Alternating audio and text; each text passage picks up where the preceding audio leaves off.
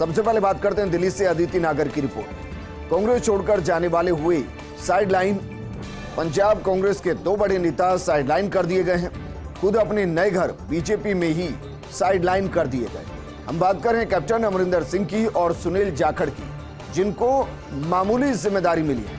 अब उन्हें बनाया गया राष्ट्रीय कार्य समिति में सदस्य मात्र, और इसके साथ ये कहा जा रहा है कि जो एक दौर में कांग्रेस के साथ रहते हुए पंजाब की सियासत में सिरमौर हुआ करते थे, वो दरअसल राजस्थान से इतर जब पंजाब की सियासत की बात हम करें तो वहां बीजेपी में जाने के बाद उनको साइडलाइन कर दिया गया।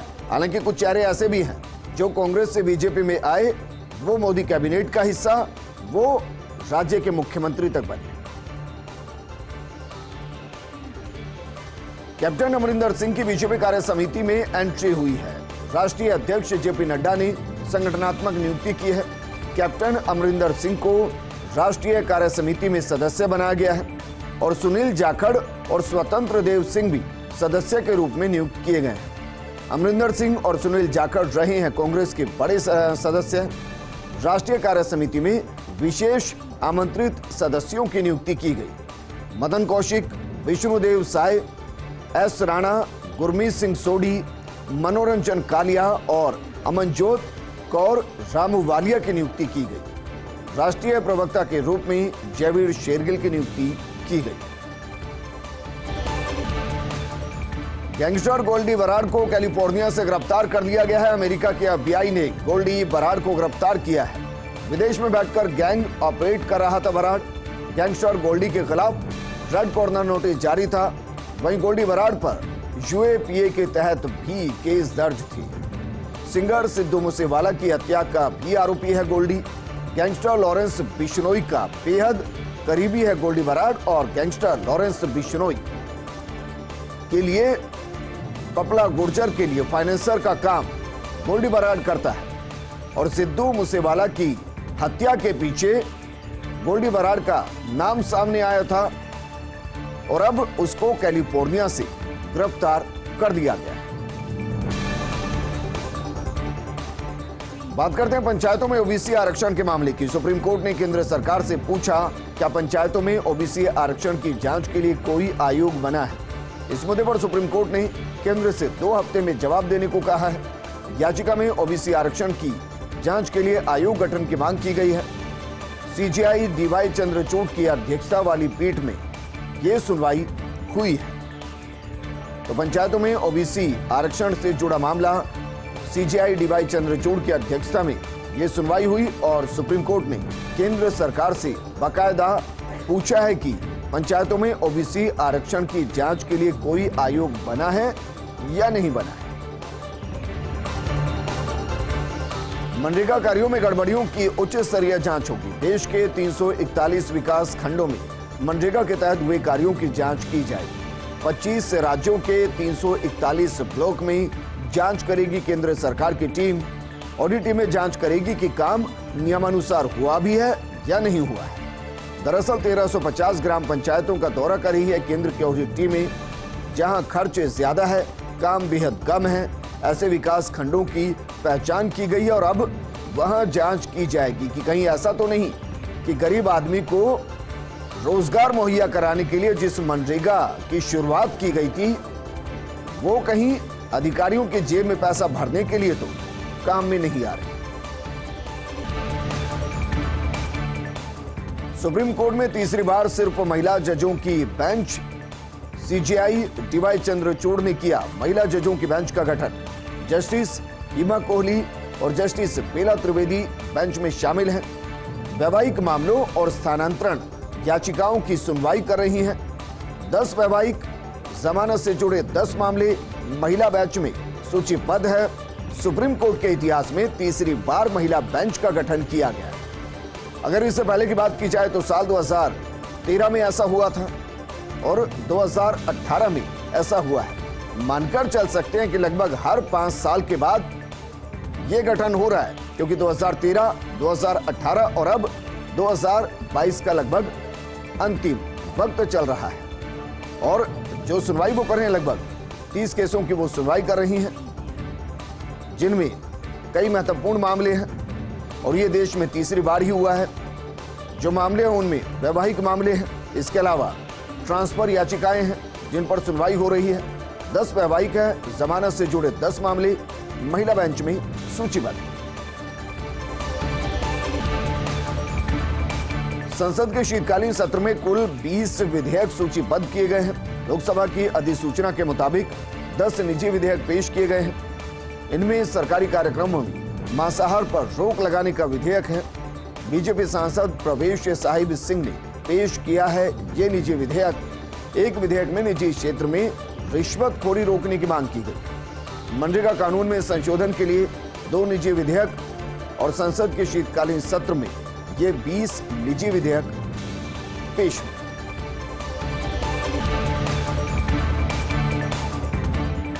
Chief Justice of India DY Chandrachud के कार्यकाल में नियुक्त होंगे कुल 19 जज। करीब 2 साल के कार्यकाल में होगी 19 जजों की नियुक्ति। डीवाई चंद्रचूड़ के पिता वाई चंद्रचूड़ ने नियुक्त किए थे 14 जज। 7.5 साल सुप्रीम कोर्ट के चीफ जस्टिस ऑफ इंडिया रहे थे डीवाई के पिता वाई चंद्रचूड़। उनके पुत्र डीवाई चंद्रचूड़ के कार्यकाल में 19 जज नियुक्त होंगे, जबकि उनका कार्यकाल सीजीआई के तौर पर पिता से छोटा रहे। हरियाणा डीजीपी के वेतन में 25,000 रुपए काटने के निर्देश। पंजाब एवं हरियाणा हाईकोर्ट ने लगाया डीजीपी पर जुर्माना। दरअसल 2017 में कोर्ट के आदेश का पालन नहीं करने पर यह जुर्माना लगाया गया। हरियाणा पुलिस के एक कांस्टेबल की नियुक्ति का मामला था। हाईकोर्ट में 14 दिसंबर को इस मामले की अगली सुनवाई होगी और हरियाणा डीजीपी के वेतन से ही 25,000 रुपए काटने की निर्देश दे दिए गए। 2017 में कोर्ट के आदेश का पालन नहीं हुआ और उस पर यह जुर्माना लगा दिया गया।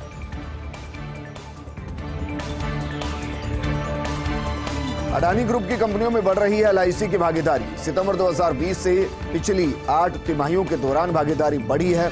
अडानी ग्रुप के 4 कंपनियों में भागीदारी बढ़ा रही है एलआईसी। इनमें से एक कंपनी में एलआईसी की भागीदारी 6 गुना तक बढ़ी है। अडानी की 7 कंपनियों में एलआईसी की होल्डिंग 74,142 करोड़ रुपए हो गई।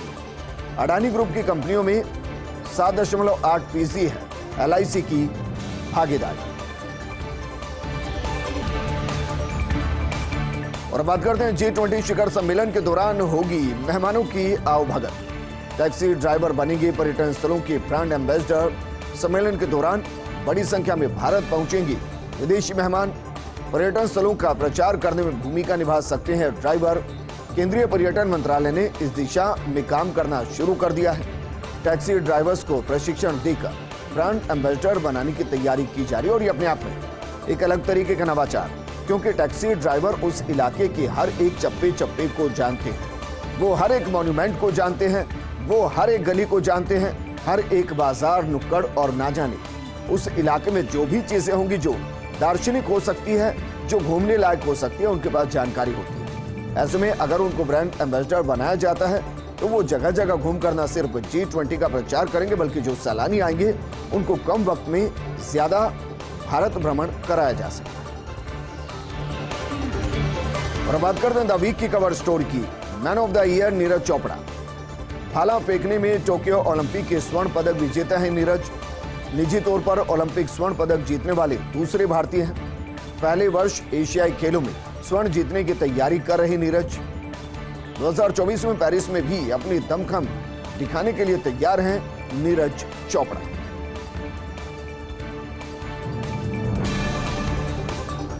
सुकेश चंद्रशेखर की डीजी तिहाड़ जेल को चिट्ठी। जेल अधिकारियों पर रिश्वत लेने का आरोप लगाया गया है। साल 2019 से 2020 में 1.25 करोड़ रुपए रिश्वत ली है। निलंबित सुपरिटेंडेंट राजकुमार पर रिश्वत का आरोप लगाया गया है।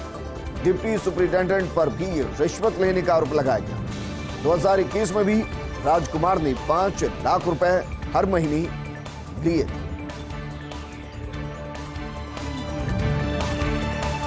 संसद के शीतकालीन सत्र में सरकार को घेरने की तैयारी की जा रही है। सोनिया गांधी के आवास पर कल शाम को होगी कांग्रेस की अहम बैठक। संसद में उठाए जाने वाले मुद्दों, सरकार को घेरने की रणनीति पर चर्चा होगी। कांग्रेस अध्यक्ष मल्लिकार्जुन खड़गे, अधीर रंजन चौधरी, के सुरेश, जयराम रमेश, और भी कुछ अन्य वरिष्ठ नेता बैठक में शामिल होंगे, क्योंकि संसद का शीतकालीन सत्र शुरू होना है। ऐसे में विपक्ष चाहेगा कि अपनी जोरदार एंट्री की जाए और सरकार को कई मुद्दों पर घेरा जाए। मसलन बेरोजगारी के मुद्दे पर घेरा जाए, महंगाई के मुद्दे पर घेरा जाए, अर्थव्यवस्था के मामले पर घेरा जाए। ये तमाम वो मुद्दे जिस पर विपक्ष सरकार को घेरने की कोशिश करे। छत्तीसगढ़ के जगदलपुर में खदान धंसने से 7 मजदूरों की मौत हो गई। छुई खदान से खुदाई के दौरान मिट्टी धंसने से 7 मजदूरों की मौत हो गई। मलबे में और भी कई मजदूरों के दबे होने की संभावना है। छत्तीसगढ़ के मुख्यमंत्री भूपेश बघेल ने संवेदना व्यक्त की।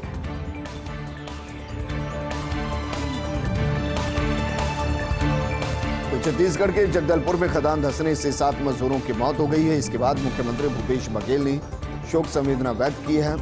जो घटना बता रहे हैं छुई खदान, जहां खुदाई के दौरान मिट्टी धंसी और 7 मजदूरों की दबने से मौत हो गई।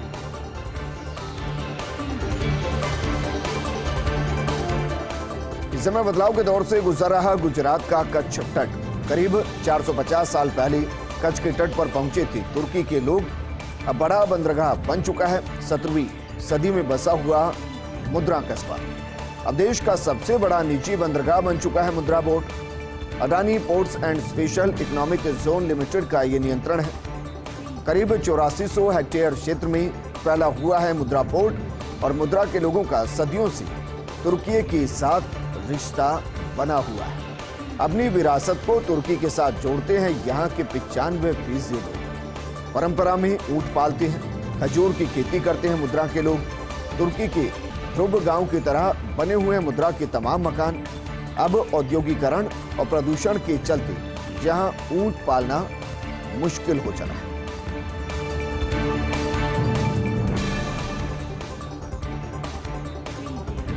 Adani ports and special economical zone limited का नियंत्रण इस पर है, लेकिन हम बात कर रहे हैं कि जहां कभी तुर्की हुआ करते थे, आज भी तुर्की कल्चर वहां दिखाई देता है और रिश्ता भी तुर्की कल्चर के साथ वहां के लोगों का बना हुआ है।